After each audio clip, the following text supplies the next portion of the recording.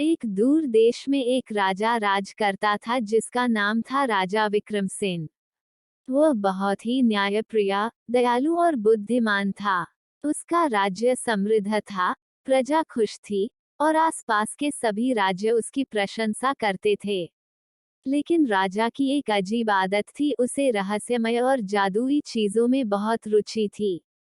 राजा ने अपने महल में दुनिया भर के जादुई और रहस्यमयी वस्तुओं का संग्रह किया था। उड़ने वाली तलवारें, आत्मा से बात करने वाले आईने, समय रोकने वाली घड़ी और एक अजीब सी किताब जिसे पढ़ते ही इंसान दूसरी दुनिया में पहुंच सकता था। लेकिन इन सब चीजों में एक सबसे अनोखी चीज थी, जादुई महल। योजक चिन्ह, योजक चिन्ह, योजक चिन्ह। जादुई महल का रहस्य। राजा ने एक दिन सपने में देखा कि एक सुनहरा पक्षी उसे एक ऊंचे पहाड़ के शिखर पर ले जाता है, जहां एक महल हवा में तैर रहा है। उस महल में अनंत शक्तियां थीं। वो महल इच्छाओं को पूरा कर सकता था, बीमारियों को ठीक कर सकता था और यहाँ तक कि भविष्य भी दिखा सकता था। राजा सुबह उठते ही दरबार में आया और बोला, मुझे वह महल चाहिए जो मेरे सपने में आया था। मैं हर कीमत चुका सकता हूँ। जाओ और उस महल को ढूंढो।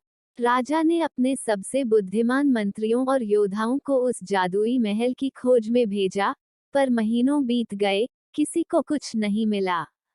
योजक चिन्ह, योजक चिन्ह, योजक चिन्ह। एक अनजान साधु की सलाह। एक दिन एक वृद्ध साधु राज्य में आया। उसके पास बस एक लकड़ी की छड़ी थी और आंखों में तेज था। उसने राजा से कहा, हे राजन, वह महल इस संसार में नहीं, बल्कि आपके भीतर है। लेकिन उसे बाहर लाने का मार्ग भी है, आपको 7 परीक्षाओं से गुजरना होगा।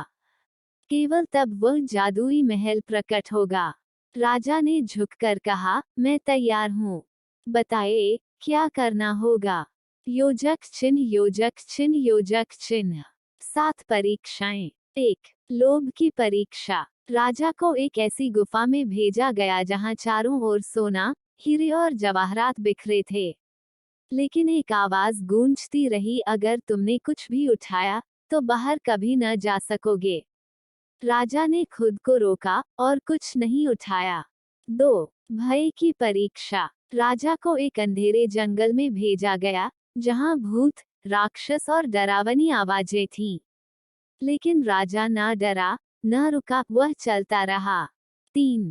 क्रोध की परीक्षा। एक व्यक्ति आया और राजा को अपमानित करने लगा, पर राजा ने धैर्य रखा और बदले में मुस्कुराया।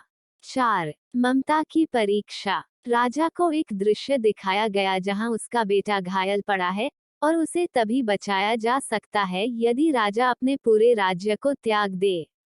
राजा ने राज्य त्याग दिया। 5. अहंकार की परीक्षा। राजा से कहा गया कि अगर वह घुटनों के बल चलकर एक आम किसान से क्षमा मांगे, तभी आगे बढ़ पाएगा। राजा ने बिना झिझक ऐसा किया। 6. त्याग की परीक्षा। उसे एक अमृत दिया गया, जिससे वह अमर हो सकता था। लेकिन साथ ही यह शर्त रखी गई कि वह तब राजा नहीं रह सकेगा। राजा ने अमरता ठुकरा दी। 7.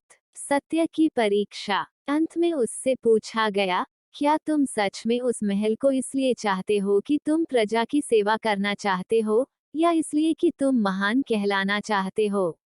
राजा ने चुपचाप कहा, मैं भी कभी कभी भ्रमित होता हूँ, लेकिन आज मैं केवल इसलिए उसे चाहता हूँ ताकि मैं खुद को जान सकूं और अपने लोगों के लिए बेहतर कर सकूं। योजक चिन्ह, योजक चिन्ह, योजक चिन्ह। जादुई महल का प्रकट होना। जैसे ही राजा ने सत्य स्वीकार किया, आकाश में तेज रोशनी हुई। एक विशाल, सुनहरा महल बादलों के बीच से नीचे उतरने लगा। वह महल उसी स्थान पर खड़ा हो गया जहां राजा खड़ा था। महल बोल उठा, राजा विक्रमसेन, तुमने खुद को पा लिया है। यही जादू है, आत्मा का जागरण। यह महल अब तुम्हारा है, लेकिन केवल सेवा के लिए। उस दिन से राजा ने उस महल का उपयोग किसी भी चमत्कार के लिए नहीं किया, सिवाय एक उद्देश्य के, अपने राज्य और संसार की भलाई के लिए।